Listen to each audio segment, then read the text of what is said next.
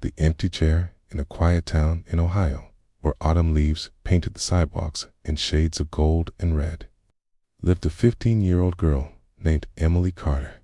Emily was the kind of girl who blended into the background. She wore oversized hoodies, kept her hair tied back, and often sat near the window in class, lost in her thoughts. Teachers called her smart but shy. Classmates barely noticed her. What they didn't know was that Emily carried an invisible weight, a weight heavier than any backpack.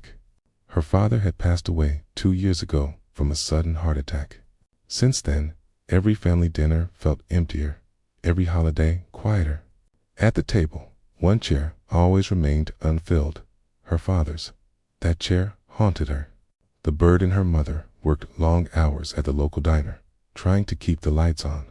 Emily helped with chores, homework, and caring for her little brother.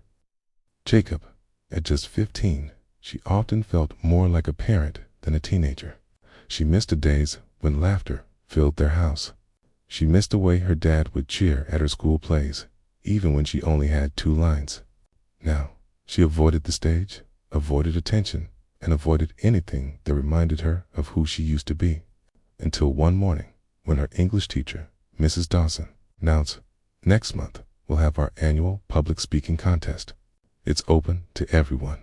The winner gets a scholarship to the summer writing program at Ohio State University." The class buzzed with excitement. Emily's heart sank. Public speaking. She could barely introduce herself without stuttering. But deep down, something stirred. Her father used to tell her, "Your words can change the world if you're brave enough to share them." Could she do it? Could she face her fear in that empty chair in her heart? The attempt for days, Emily avoided the sign-up sheet. She told herself it was pointless. But one evening, as she helped Jacob with homework, he asked innocently, "Emmy, why don't you smile like you used to? Dad always said you had the best smile." The words pierced her. That night, she pulled out a notebook and began to write. Her speech wasn't about politics, science, or history. It was about Emma, about her dad, about loss, about finding strength when life takes away more than you think you can handle. She titled it, "The Empty Chair." The struggle practicing was painful. Each time she read aloud, her throat tightened, her palms sweated. Sometimes she couldn't finish without tears. At school, when she told Mrs. Dawson she was entering, the teacher's eyes widened. "Emily, that's wonderful. I believe in you." But the whispers in her head were louder. What if you mess up? What if everyone laughs? What if you cry on stage? The night before the contest, she almost quit.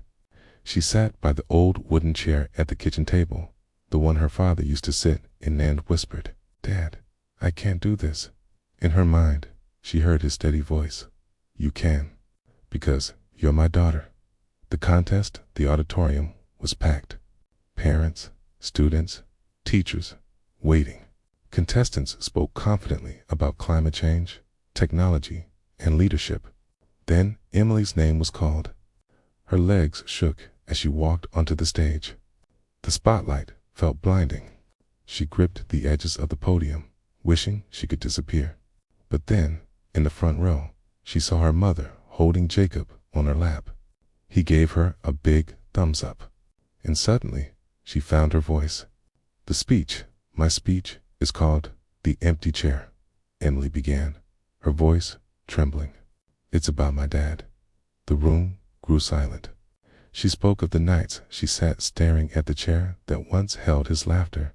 She spoke of the loneliness, the anger, the feeling of being invisible.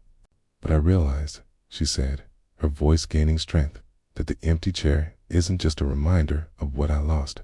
It's a reminder of what he gave me, his love, his lessons, his belief that I could be brave. Even when I felt small." By the time she finished, tears glistened in the eyes of strangers. The entire auditorium rose to its feet in applause. The aftermath, Emily didn't just win the contest, she won the scholarship. But more importantly, she found something she thought she had lost forever: her courage. Her mother hugged her tightly afterward. "Your dad would be so proud," And for the first time in years, Emily truly believed it. At dinner that night, Jacob looked at the empty chair and said softly, "It doesn't feel so empty anymore." Emily smiled. Neither did she. Moral of the story: grief leaves scars, and silence can feel safer than facing the world. But sometimes the bravest thing you can do is speak, because your words might heal not just yourself, but others too.